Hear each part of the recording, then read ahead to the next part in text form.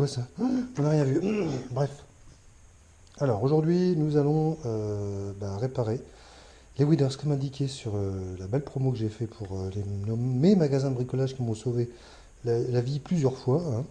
Vous les avez sûrement reconnus. C'est la pleine saison des Waders, il commence à faire froid. Donc on a froid au papates de derrière et pour aller dans l'eau, on met les Waders. Moi j'ai des néoprènes, elles ont au moins 20 ans, comme quoi ça dure vraiment dans le temps. Je les ai utilisées quasiment chaque saison. Et par contre, c'est la première année où je ne vois pas un barbelé. Et bien sûr, tel un bestiau, je me suis pris dedans. Alors j'ai frôlé le tétanos, mais je ne l'ai pas eu. Mais par contre, les waders, comme vous pouvez le voir, elles ont pris cher. Voilà, donc c'est un tout petit trou. Des fois, ça arrive carrément qu'elles soient ouvertes complètement sur toute la longueur. Là, je m'en sors pas mal.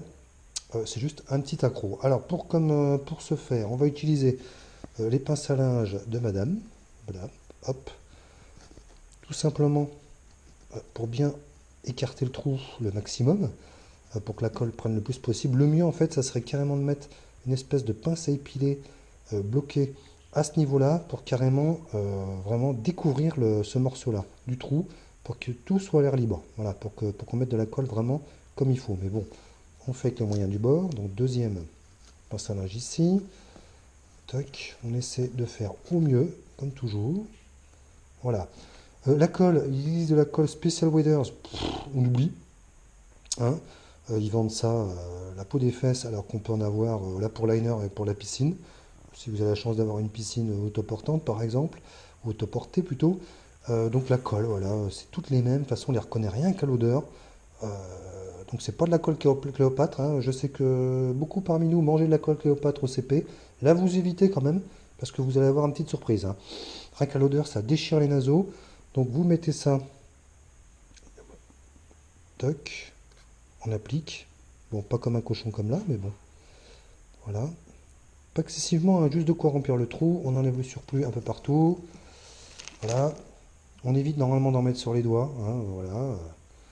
Le mieux, c'est de prendre un coton-tige ici. Ça n'a pas servi, bien sûr, épargnez-nous ça. Et puis voilà, vous en mettez, vous étalez bien comme il faut. Là, j'en ai pas mis assez sur le bout, justement, qui est un peu en l'air. Ça rebique un peu, c'est pas beau. Toc. Donc le mieux, c'est même carrément d'en mettre sur le coton-tige. C'est beaucoup plus facile. Voilà. Bon, les puristes feront ça vraiment millimètre près pour pas que ça se voit, pour que, une fois que ça soit recollé, pour vraiment que ça soit ça se voit, pardon, le moins possible.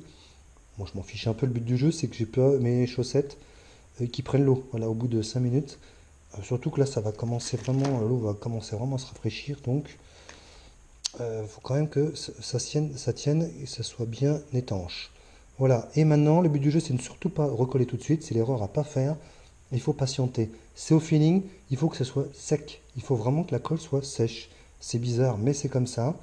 Donc, on se retrouve dès que c'est sec. Alors, pendant que ça séchait, en fait, grosse surprise, ça s'est refermé tout seul. Voilà. Donc, comme quoi le trou était vraiment pas important. Ça c'est vraiment, vous voyez, la languette de, de la Withers du néoprène qui dépassait, en fait, s'est refermée toute seule. Voilà, ça s'est refermé avec la colle a durci et ça s'est refermé tout seul. Donc on peut enlever les pinces à linge. Là c'est entièrement sec, hein. Donc imaginons que ça soit pas refermé tout seul. Voilà, une fois que c'est sec, vous avez juste à tamponner comme ça pour que la colle prenne effet sur toute la partie qui est déchirée. Ça s'adresse vraiment pour les petits trous, hein. Un trou comme ça, c'est même pas la peine, hein. Il existe carrément des grosses rustines à coller, à mettre avec un fer à repasser. Ça, je sais pas si ça tient, mais au moins ma technique, enfin la technique que je vous montre aujourd'hui, celle-là, elle marche. Donc on peut même rajouter un petit point de colle pour être sûr, hein, voilà. On peut en mettre un petit peu comme ça dessus, toc, pour assurer le coup. Voilà, c'est pas très esthétique, pas de problème, la pêche c'est pas non plus un défilé de mode, donc il n'y a pas de malaise. Et puis on attend vraiment que ça sèche. Moi je conseille, normalement on peut y aller vraiment quelques heures après. Je conseille vraiment d'attendre 24 heures parce qu'on ne sait jamais si vous les mettez l'été par exemple, ou vous êtes en caleçon dedans, et si vous avez la peau qui colle cette colle là justement, je sais pas, vous aurez plus de poils. Voilà, ça va vous faire une épilation gratuite.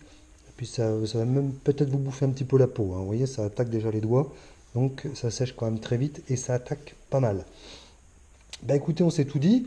Une fois que c'est 5, vous pouvez y aller, hein, vous pouvez tirer partout. Toc, voilà. Pour vraiment ceux qui ont des micro-trous un peu partout, dernière technique que je ne vais pas vous montrer parce que bon, ça c'est vraiment pour ceux qui sentent qu'ils ont des micro-trous, micro-fissures un peu partout. Une baladeuse ou une lampe quoi, une maglite que vous mettez, que vous insérez directement dans la botte, vous mettez dans le noir, vous éclairez et là, au magie, bah, vous verrez par tous les trous la lumière va passer. Donc là, des petits points de colle un peu partout, même juste des petits points de colle, hein, ça suffit, hein. Et normalement, la botte sera redevenue étanche. C'est merveilleux. Voilà, c'est la technique, vraiment à 2 francs 6 sous, mais ça marche, ça évite de racheter des waders qui coûtent quand même une centaine d'euros maintenant. Je vous explique pas, il y a 20 ans, ça coûtait bien plus cher, et comme quoi, si on en prend soin, bah, ça peut durer une vie, hein, sans problème. Voilà, on a fini pour aujourd'hui, on se retrouve pour d'autres aventures très bientôt.